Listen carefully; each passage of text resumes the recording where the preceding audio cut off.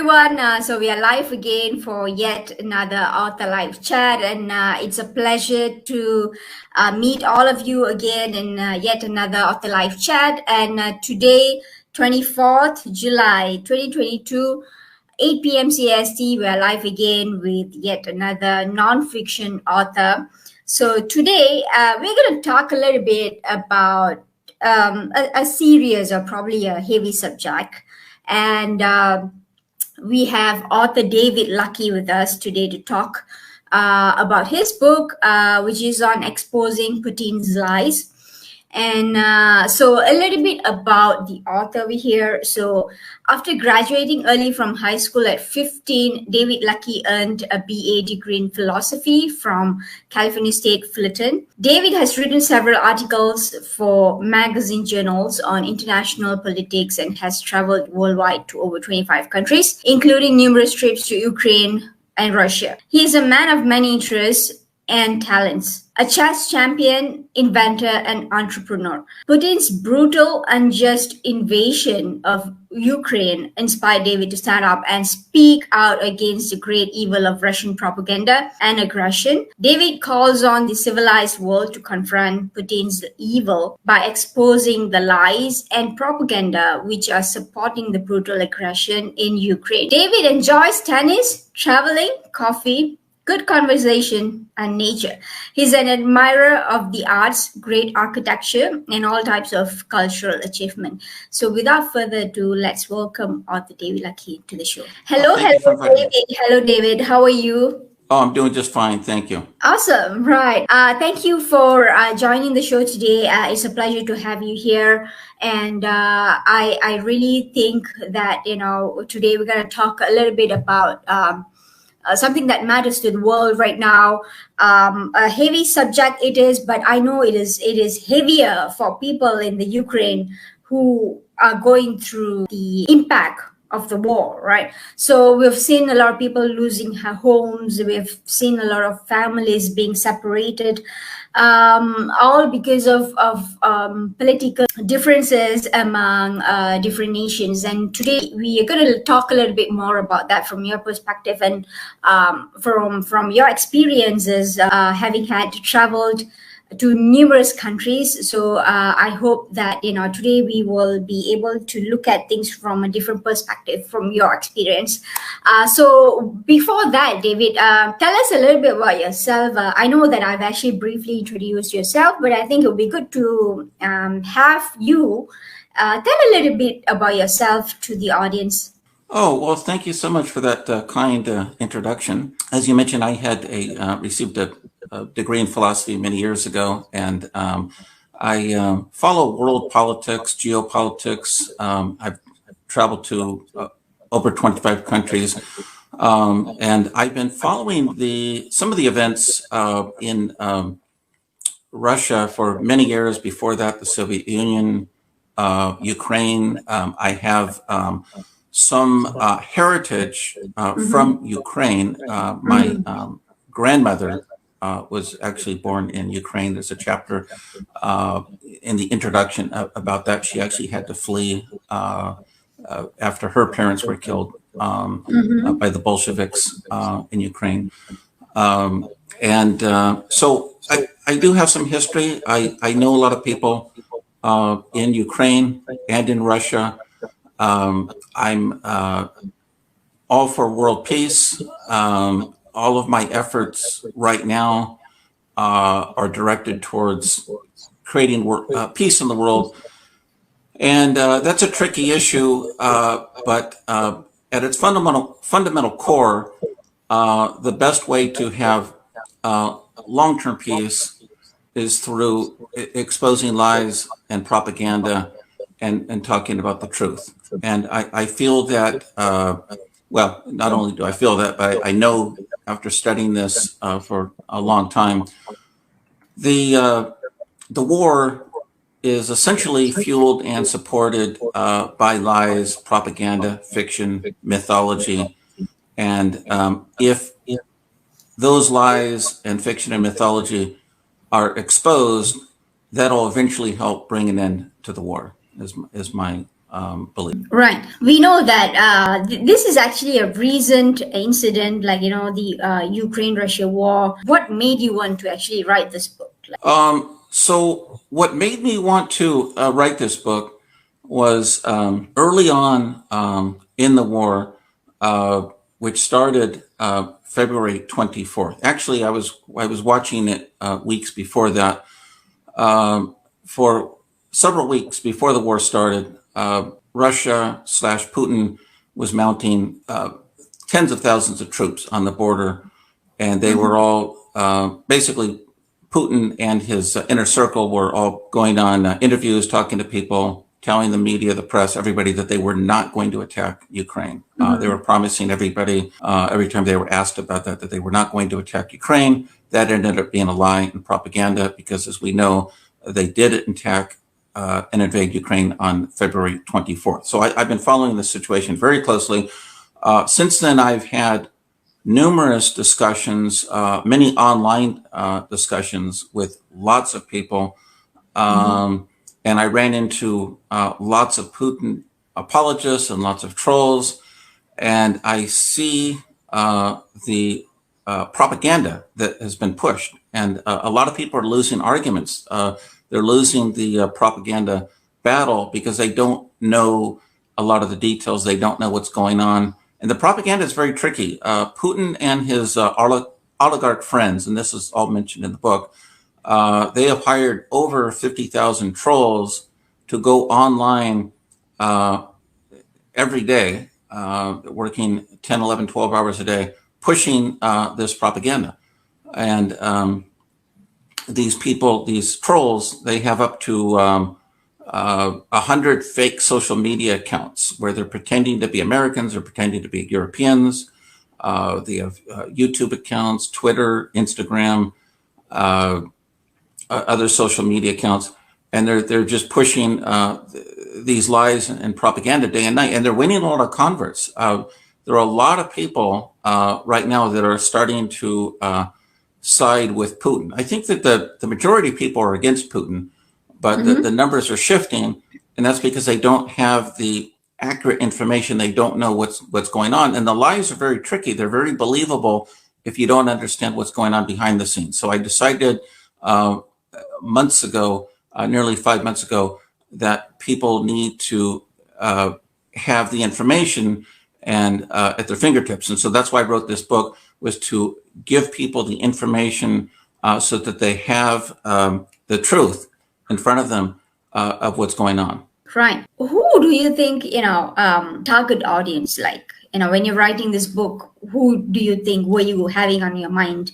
Right. Good question. So pretty much it's targeted towards a lot of people. Anybody who is following the news, anybody who is paying attention to global events, anybody who is even casually looking at this situation with Russia attacking Ukraine.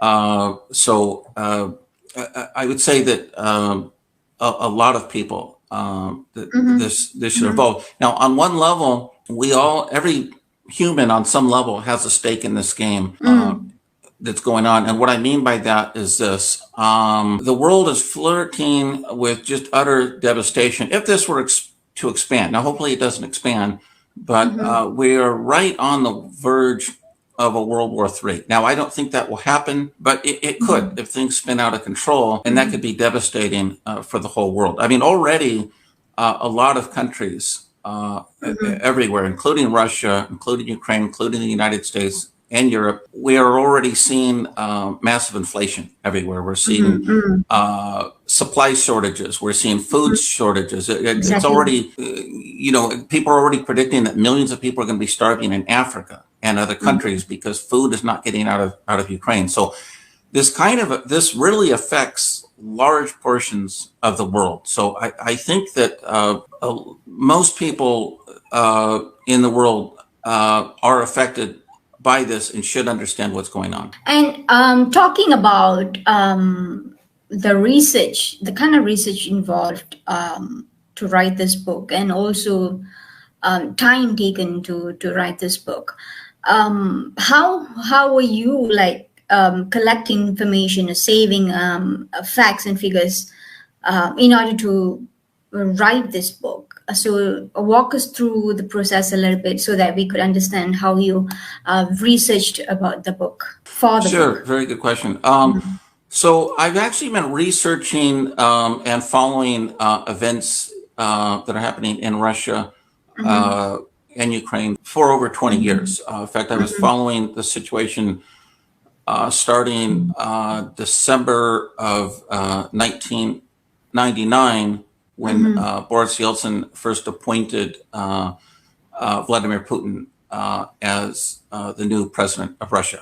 I had a bad feeling about that at that time because I knew that, well, prior to that, Russia was moving in a very good, positive direction with Yeltsin. They were gaining freedoms. The country was liberalizing. They were opening up, becoming more of a democratic country. When Putin came into power in 2000, he came in from, he was an ex-KGB agent, and I had a bad feeling about that at that point because the problem is he was still bringing in a Cold War mentality at that point. So I've been following the situation for about 20 years.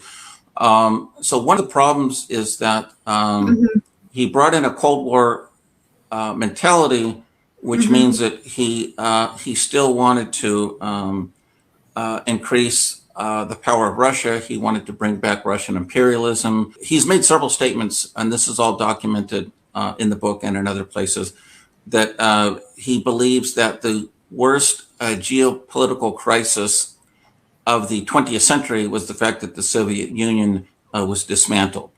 And it's been no secret that he's wanted to bring it back, or at least some form of the Soviet Union in as much as possible. But to your other point, the recent situation I've been following very closely for the last 6 months. The war has been going on for about 5 months, but before that, there was a lot of buildup of Russian troops on the border, and there was a lot of anticipation that there would be a war. So I was following it very, very closely. And my research involves many, many different sources. I basically researched British sources, French news, German news, and a lot of Russian news. So I purposely would go on places like RT, Russia Today, and to see what they had to say. So I look at all sides of the issue. I had numerous online debates and discussions with people from the Russian position because I don't want to just first come out and attack their side without hearing what they have to say. So I'm very familiar with the Russian arguments. I've also spent many, many hours listening to numerous speeches from Putin, numerous essays that he's written. So I wanted to get a very good understanding of what his position is and what he has had to say. Right. And talking about the importance of this book and the aim, what kind of end goals do you have for this book? What do you aspire to achieve through this book? Well, my end goal is to create greater awareness on the public of what is going on. Basically, I believe that if everybody in the world read this book, or at least everybody in Russia, I believe that the war would end because the support for the war would end. So these kind of wars are based on propaganda and lies. And when enough people believe the lies and believe the propaganda, that gives them fuel for the war. So that's what supports the war, is the lies. So by exposing the lies, exposing the propaganda and the fiction, that lessens the fuel and the energy for the war, and that would bring an end to this. So, for example, there are many examples I give in the book, but just to give one small example, one of the many lies that Putin says, and when I say Putin, I'm talking about Putin, his inner circle, his elites, his team, coming from Putin, from the Kremlin. One of the lies that he has is that he says that Ukraine has been taken over by Nazis, and that there are Nazis everywhere in Ukraine, and that he's sending in Russian troops to go in and liberate the Ukrainians and free them from these Nazis. Okay. Now, as I point out, that is a complete lie. It's total propaganda. It's a complete myth. It's complete fiction. That is not what's going on. But many people in Russia actually believe that because when they watch TV, and all of the TV now is all state controlled. It's all Kremlin controlled. So they only hear what Putin wants them to hear, what the Kremlin wants them to hear. And they hear this day in and day out. They all believe now that there are Nazis everywhere in Ukraine and that their troops are doing a good thing. They're going in and trying to liberate the Ukrainians from Nazis. Okay, but that's a complete lie. That's not what's going on at all. But they don't know any different because that's what they hear every day. Now, just to be clear, one of the things I point out is to most lies, there's always sometimes a tiny grain of truth to it. Okay, so for example, on the Putin people can point to that there maybe are a handful of neo-Nazis in Ukraine, but not enough to threaten Russia, not enough to be a problem. You're talking like maybe in the hundreds of people. And it turns out that there are many more Nazis and neo-Nazis in Russia than in Ukraine. There are weird groups all over the world in every single country. Now, one of the things I point out in the book is that there is a group of more than 300, and it's actually growing every day, but over 300 world-class scholars. These are college professors that many of them are authors and lecturers and people who spent their whole lifetime studying Nazism and World War II history and all of the related facts. They've all come together and they wrote a very long letter and they published it online. I quote the letter in the book. I give links to the letter. And they have all come out and said that there is no Nazi problem in Ukraine. That's all fiction. That's all mythology. I've been there multiple times.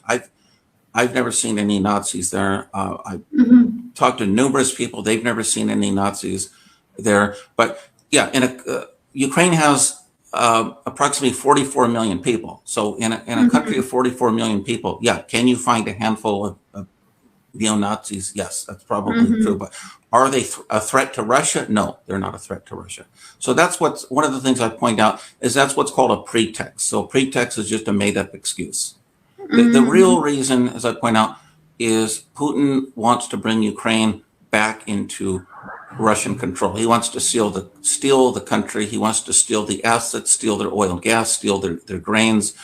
He wants to control their strategic ports.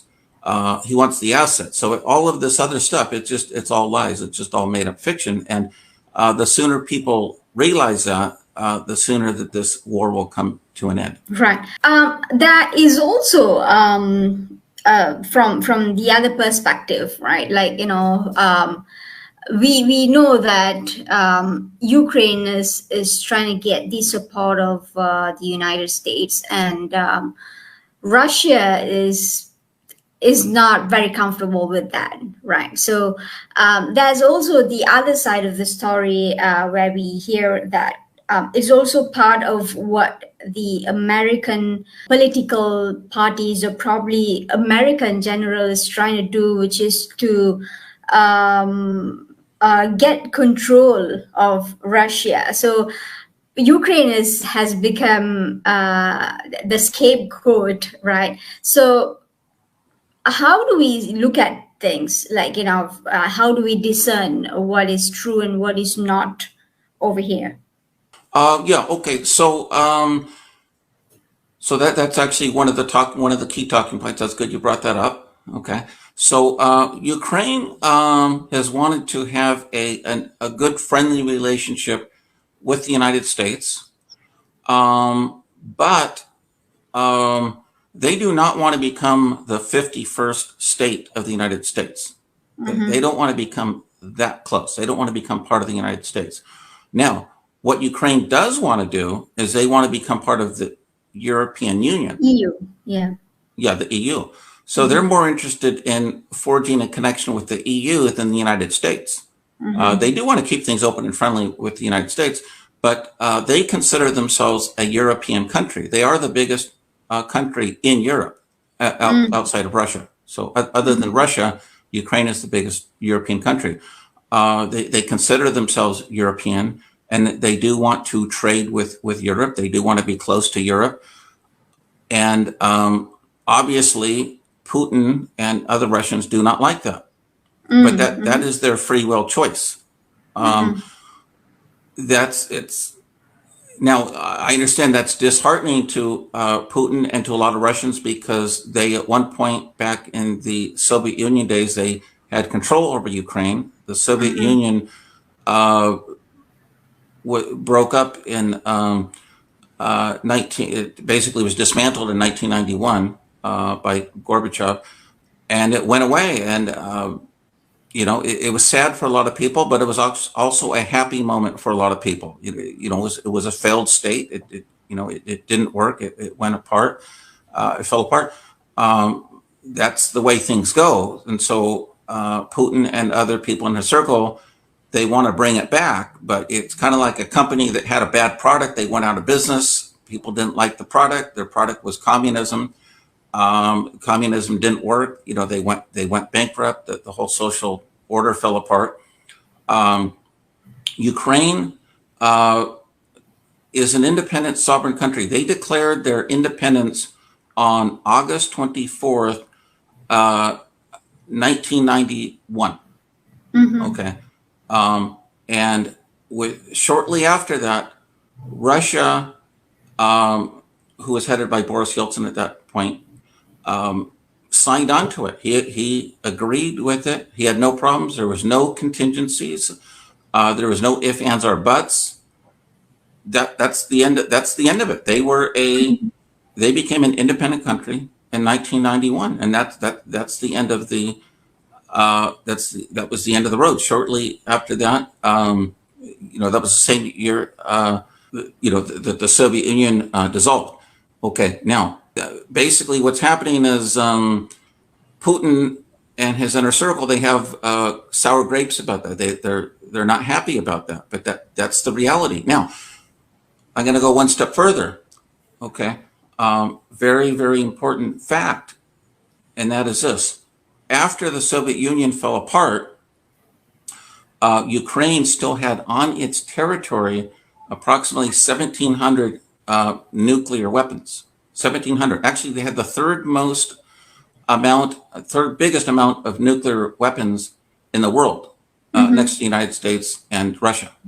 Okay, so in 1994, there was a major international agreement that was signed by the UK, the US, Russia, Ukraine, Kazakhstan, and a couple of other countries. Okay, in this international agreement, Ukraine, this is 1994, they agreed to give up all of their nuclear weapons, all 1,700 of them, every one of them, to turn them over to Russia. Okay, now what did they get for that agreement? Okay, what they got was this: they give them their weapons and they get a promise from Russia that Russia would respect their sovereignty, which they have not done now. They've broken that agreement. The other part of that agreement was that Russia would respect their independence. They have not done that. They've broken that agreement. And the other part was that Russia agreed that they would never attack Ukraine. And now they've broken that agreement. So there were three things, three major components of that deal, and Russia has now broken all three major components of that agreement. They were supposed to respect their sovereignty, respect their independence, and they promised to never attack Ukraine. There was a little caveat in there: unless Ukraine attacks them first, then they could defend themselves. But that has not happened. Everybody knows Ukraine has not attacked Russia. Okay, so the fact that Russia is feeling bad or isolated because Ukraine wants to be closer to the EU, that's a sad fact, but that's reality. That's their choice. They are a free and sovereign country. If they want to get closer to the EU, that's their choice. That doesn't, so Russia coming in and attacking Ukraine, this is not even a close decision. This is completely wrong on every single level. Every single level. It's illegal. It's been, the other point, there's so many points that I go over in the book. This is not even a close decision. Now, a lot of people do have moral problems with this, and they don't know. There's so much Russian propaganda out there. They're not really sure. Is Putin right? Is Ukraine right? Is Putin the good guy? Is he the bad guy? So here's another crucial point that people forget about, and that is this: all of these issues were debated earlier this year in the United Nations. Okay,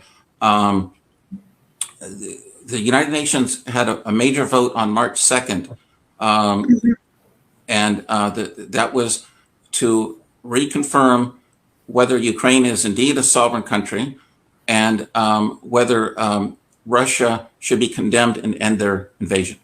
Okay, so these are some of the brightest minds in the whole world debated this issue for several days. The Russian ambassador got a chance to air all of his points and to make all of his, whatever he wanted to say, in front of the whole world at the United Nations. So everybody aired their points, okay? And this was voted on early March. And after everything was voted on, the vote was this: 141 countries voted to confirm that Ukraine is indeed a sovereign, independent country. Nobody was questioning that except for Russia and a few people in their sphere of influence. Okay, and they also voted to condemn the Russian invasion, and that Russia needs to immediately withdraw from Ukraine. Okay, now on the Russian side, there was Russia. Russia had voted, obviously, for their own position to not condemn themselves, and only 4 countries voted in favor of Russia. Okay, those 4 countries that voted to side with Russia were North Korea, Syria, Belarus, and Eritrea. Okay, all 4 of those countries are somewhat considered either puppet or client states of Russia, and they all have very bad human rights records and very bad freedom of press records. Okay, so basically you have 4 versus 141. That's not even close. So the reason I'm mentioning that is because these issues have already been debated and discussed. It's a closed case. The brightest minds in the United Nations have looked at all of this, and they've already condemned 141 to 4. And again, these 4 countries that support Russia, they're some of the worst countries in the world. So 141 to 4, they've all condemned Russia. So Russia has no good points in its favor. This invasion is so wrong on so many levels. It's not even close. Nobody. If people were to buy my book and read through it, they would gain moral clarity, and they would understand that Russia is completely in the wrong. And I understand that there are 50,000 trolls out there day and night that they're pushing messages that Putin is the good guy, Putin's right, he's fighting globalists and the other countries are wrong. But it's not even close. Putin is completely in the wrong, and people need to realize that. And talking about the situation in Ukraine and the kind of impacts people have been going through this so far, losing homes, losing families, and being stranded underground for so many days, so many weeks and months right now. What do you think is the direction forward for the people in Ukraine, and what is the best they could do right now? Because I think a lot of people are actually just in the dilemma of waiting to see if things get better, or if they should just flee the country forever and just start somewhere new. So Tell us a little bit about, from your observation, about what's going on the ground level with the people in Ukraine. Oh, right. That's very important. That's very good that you brought that up. Okay. So, what's going on is just terrible. It's a humanitarian crisis. Now, let's say, getting back to the earlier point that I discussed, are there this fiction about are there Nazis in Ukraine? There might be. It's hard to say. Some neo-Nazis that maybe they are in the hundreds of people, but they're not threatening Russia, and they're not. And that's an internal problem. The president of Ukraine, President Zelensky, is Jewish.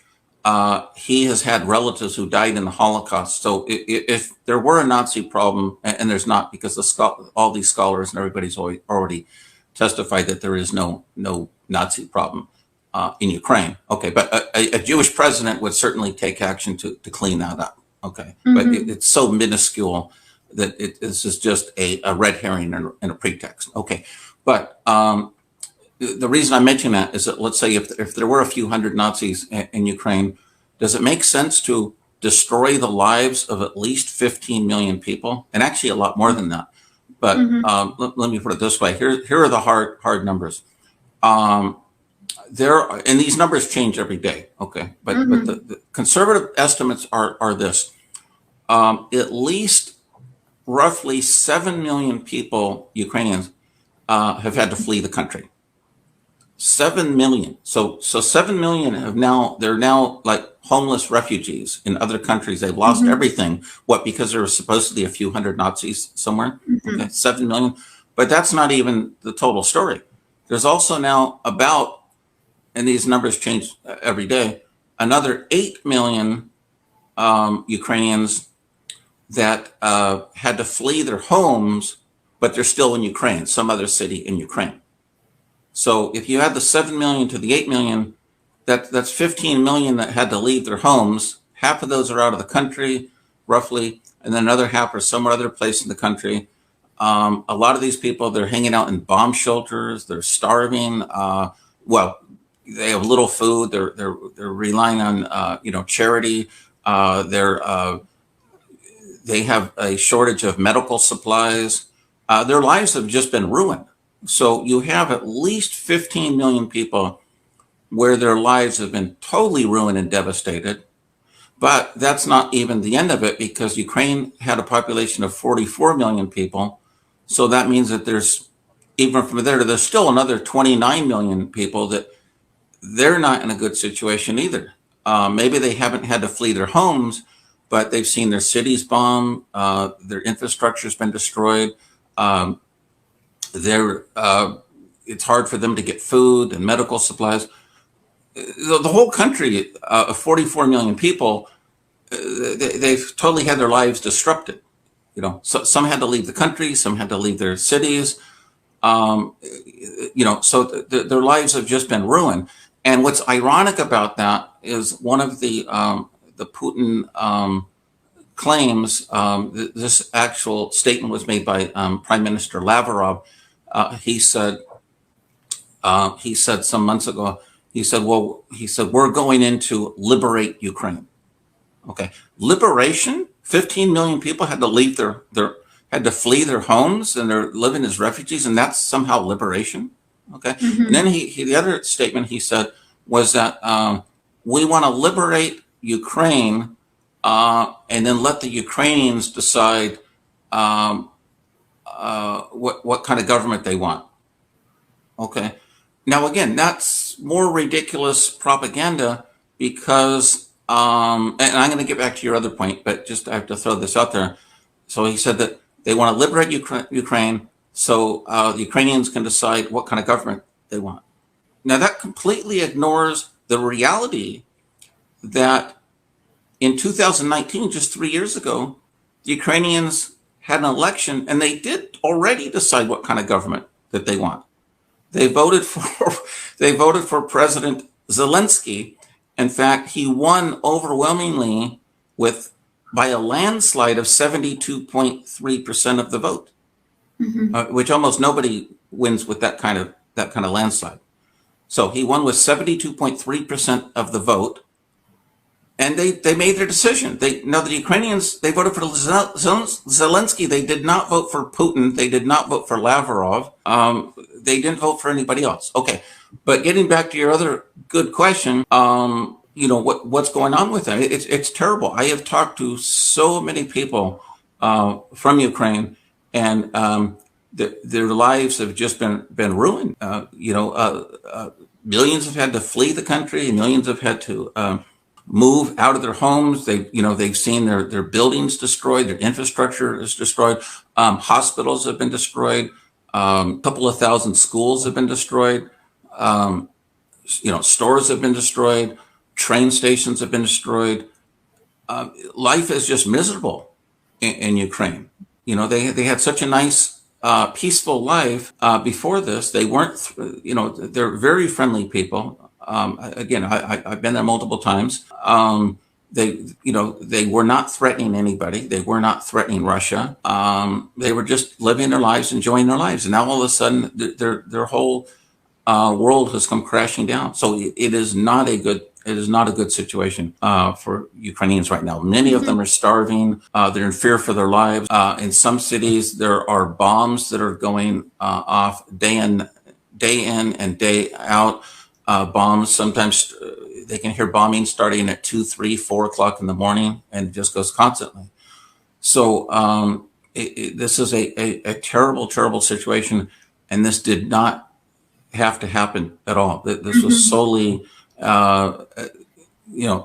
because of Putin and his inner circle. So this is all wrong on every level. Now, does Putin have any gripes about things? Yeah, he may have some gripes. Maybe he's disappointed that the Soviet Union fell apart in 1991.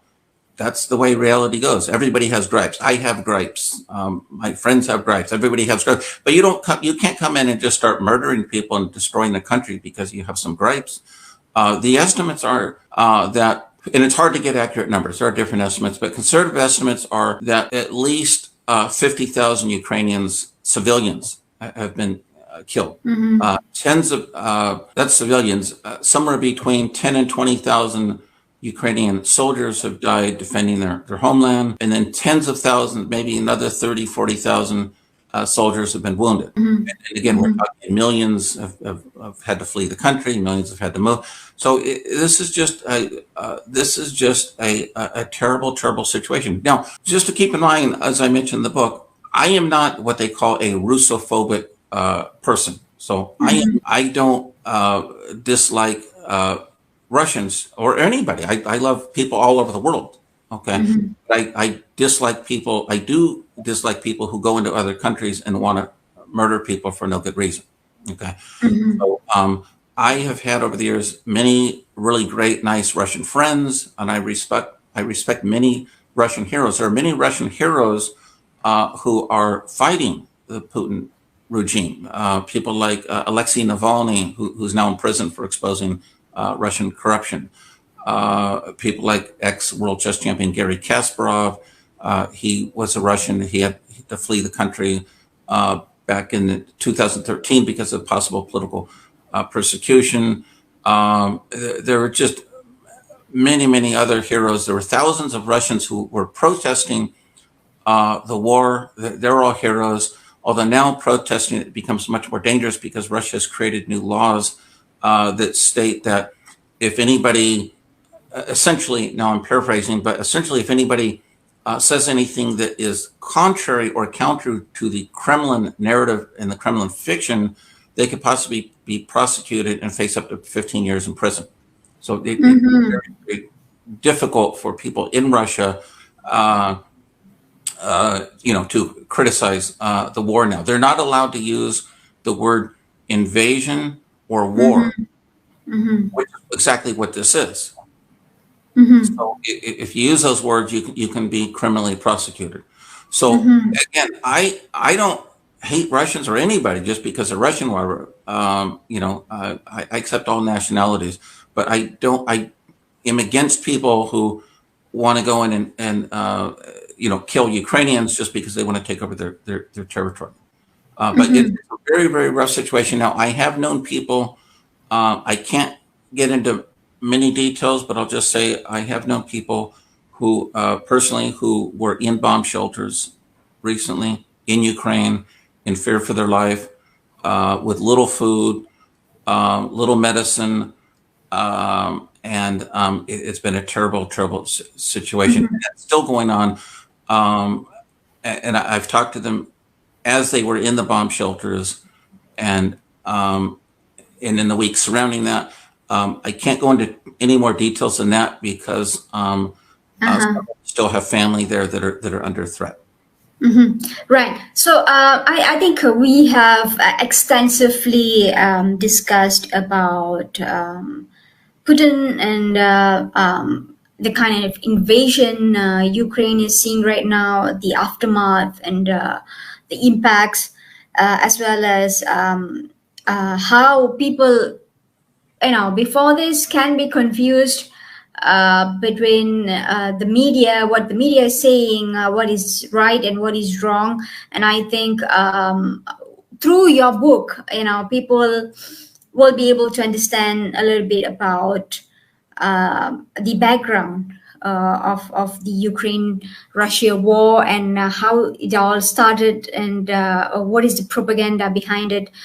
We will be able to see from your perspective, from your experience, and I think you have written quite in detail, also sharing a little bit about your ancestors, your grandmother, your roots from Ukraine, and from their perspective. I think that's a good representation from you, coming from you, having roots in Ukraine and still being in touch with people in the Ukraine. So you will be able to give us your unbiased perspective. And I think this would also be beneficial to a lot of people out there wanting to read more on the Ukraine-Russia war right now. So thank you so much for joining us today and explaining a little bit about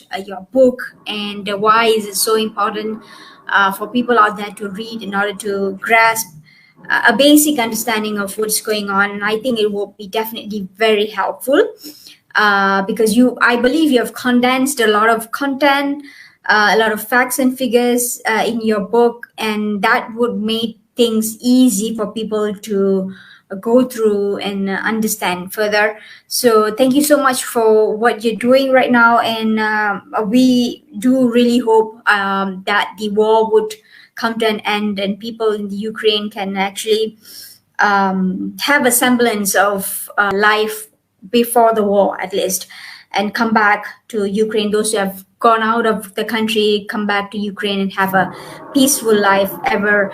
I mean, it is difficult to believe that, as we are talking right now, I think there are people in Ukraine who are fighting for their lives. And, there are people dying and just the sheer thought of it is really sad, I mean, it could have been us in that place. So with that, I think thank you so much for doing this, for writing the book, and people can actually get this book on Kindle paperback.